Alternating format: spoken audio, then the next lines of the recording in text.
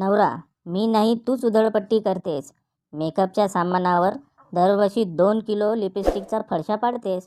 बायको: हो का, पण त्यातली अर्धी अधिक तुमच्याच पोटात जाते.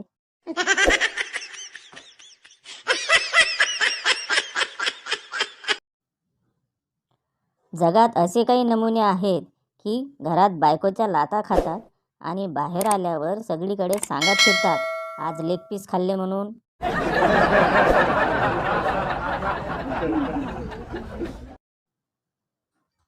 कोण म्हणतं जगाला तुमची पर्वा नाही? कधीतरी स्टँड न काढता गाडी चालवून बघा. 3-4 जण तरी नक्कीच बोलतील, स्टँड स्टँड.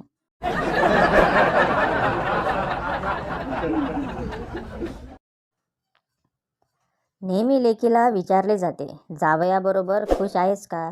पण जावयाला का विचारले जात नाही की लेकीबरोबर खुश आहेस का?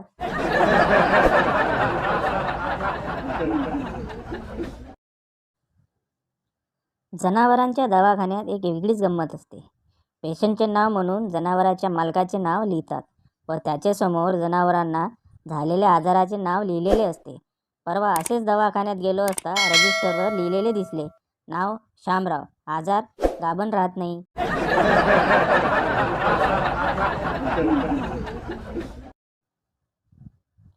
आईंच्या अश्रूमध्ये आणि गर्लफ्रेंडच्या अश्रूंमध्ये काय फरक आहे?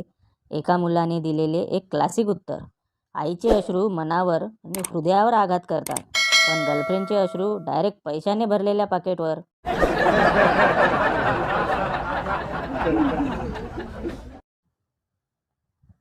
पैसा हेच सर्वस्व नव्हे. मास्टर कार्ड, व्हिसा कार्डही आहेत जगात.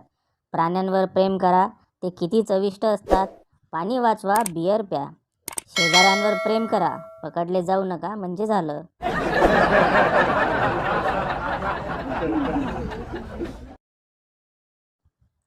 बॉस: तुला नोकरीवरून काढल्यापासून तू रोज माझ्या घरासमोर शौचालयास का बसतोस? नौकर: मला हे दाखवायचे की तुम्ही मला नोकरीवरून काढल्यामुळे मी उपाशी नाही मरत.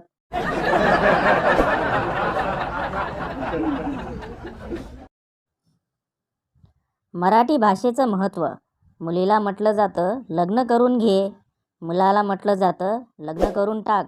ज्याला समजले त्यांनीच लाईक मारा, बाकीचे पोगो बघा.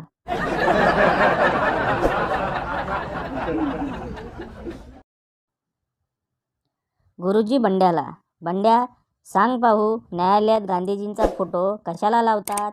बंड्या: खिळ्याला. गुरुजी हाफ डे घेऊन घरी गेले.